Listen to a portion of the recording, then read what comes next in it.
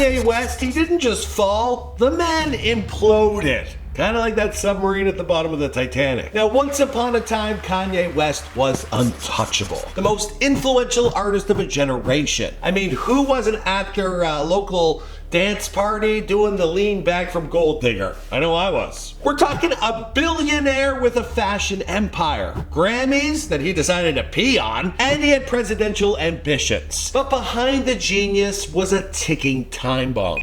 And one tweet, it blew it all apart. To sum it all up, Kanye kinda lost his legacy. So in this video, we're gonna explore the rise, the unraveling, and the fallout of Ye, and how the one man who shaped a culture destroyed his own career. Chapter 1, the making of a cultural icon. Now, Kanye West's story began in Chicago, a kid raised by an English professor mother and a photojournalist father. By the early 2000s, he was behind the beats of Jay-Z's The Blueprint, and Ye, well, he didn't want to stay in the background. In 2004, he dropped The College Dropout, and that thing exploded. Again, another reference to that Titanic submersible. The thing was soulful, it was rebellious and vulnerable, the anti-gangster rap record of the millennium. But then over the next decade, well, Kanye, he decided to change the sound of hip-hop. We're talking Late Registration, Graduation, 808s and Heartbreak, and My Beautiful Dark Twisted Fantasy. Now, he wasn't just an artist, he was an auteur. The music industry knew it, the fashion world, they wanted it, and fans, they followed him everywhere, both online and in the real world. Chapter 2, the Yeezy era and billionaire dreams. Now, while other rappers, they got sneaker deals, Kanye, he built himself an empire that would surely keep him rich for the rest of his life. The Yeezy and Adidas line, it dropped in 2015, and it changed streetwear forever. Now, to me, they're in the same category as like Crocs, but to some out there, it's like wearing clouds on your feet. Guys love it. Yeezy sneakers, they sold out in seconds by 2020. Well, Forbes estimated the deal brought in $2 billion a year for Adidas, or Adidas for the Europeans. Combined with Yeezy's apparel, well, Kanye became hip-hop's wealthiest mogul. He married Kim Kardashian, he bought homes in Calabasas, Wyoming, and even a Malibu fortress. And in 2021, well, Kanye, he was reportedly worth $2 billion. Why do I gotta go Dr. Evil on that? I do not know. But with every power move came another controversy. We got Yeezy sneaker drops, fashion shows, Forbes billionaire lists, screenshots, headlines about Kanye's wealth, wedding footage, Sunday service clips, you name it. Chapter 3, the warning signs everyone ignored. Now, Kanye was always unpredictable, but by the late 2010s, well, his behavior was harder to explain. You know, interrupting Taylor Swift at the VMAs, that caught a lot of attention. Saying slavery was a choice on TMZ. He also burst into TMZ offices.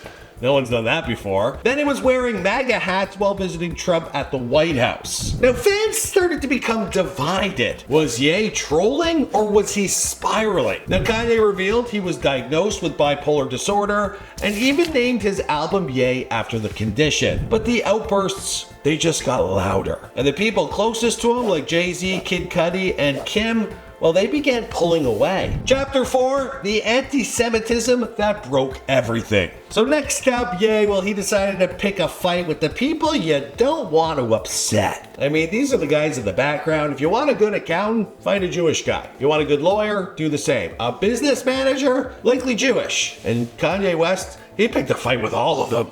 In October of 2022, well, Ye, he tweeted he would go DEFCON 3 on Jewish people. Now, the backlash, it was instant and brutal.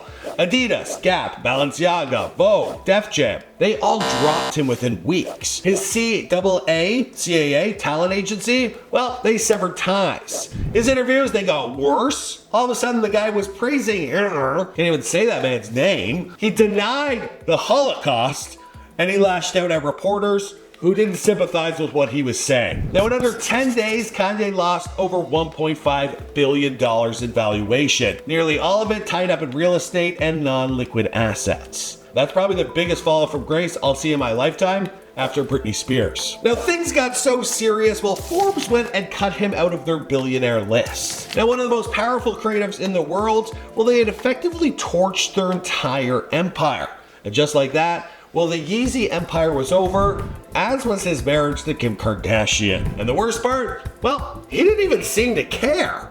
When asked about the backlash, well, Kanye, he smirked and said, "I lost $2 billion in a day, and I'm still alive." Chapter 5, Legal Trouble and Isolation. Now, in the wake of his collapse, well, the lawsuits, they came fast. Now, a model, they accused Kanye of assaulting her during a 2010 music video shoot, and we ain't talking about Amber Rose. He dated her. There were former employees who claimed unsafe working conditions while at Yeezy, and then there's the ex-Donda Academy staff who allegedly were seen to be a little cult-like. There was abuse, odd roles, and unpaid wages. Now, Kanye, he barely responded, but his inner circle, it shrank. Now, Kim, she finalized that divorce. Jay-Z stayed silent. And Bieber and Drake, you know, people that he used to collaborate with and rub shoulders with as the titans of music, well, they were long gone. Now, even Adidas, despite the financial hit, they refused to revive the partnership. We like the shoes, we just don't like the man who made them. Chapter 6, so who the hell is Ye now? Well, today, Kanye, he lives mostly off the grid.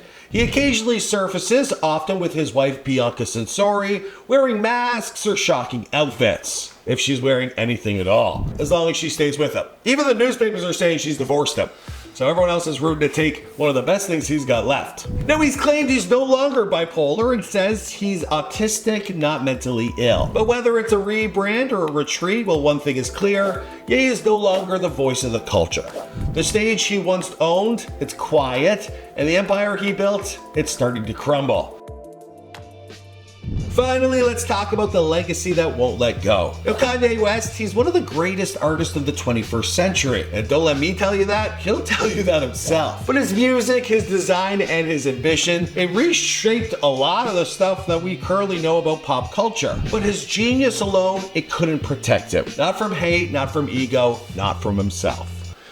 Now, this wasn't just a fall, it was self-destruction.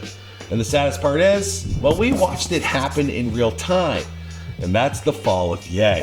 Hey guys, if you enjoyed that video, well, you can support the channel by hitting subscribe, clicking the bell, or becoming a member of this channel. You can also head to beforetheyarefamous.com, check out some of our merch. It's no Yeezy, but it's stuff that I'm happy to be sporting when I'm not on camera. Or sometimes I wear them in these videos. Great hats, great shirts, check them out. Also, follow us on other social media accounts. We're on Snapchat, Facebook, Instagram, Twitter, you name it. We're out there. Michael McCrudden, BTWF. Thanks for tuning in. Ye, I wish you all the best, brother. Some of that music you dropped changed my life. It's just a train wreck. I'm actually sick of seeing it. But good work on the girl, Bianca. Mwah.